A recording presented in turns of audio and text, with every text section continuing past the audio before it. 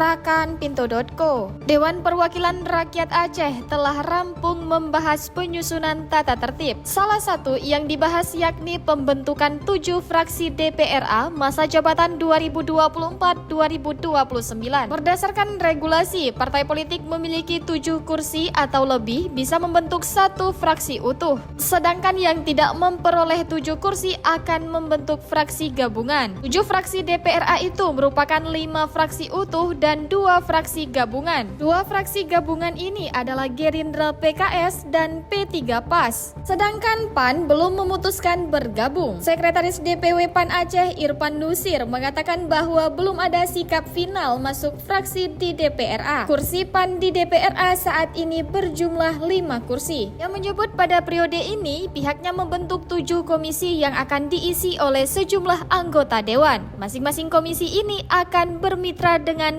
pemerintah dan lembaga terkait.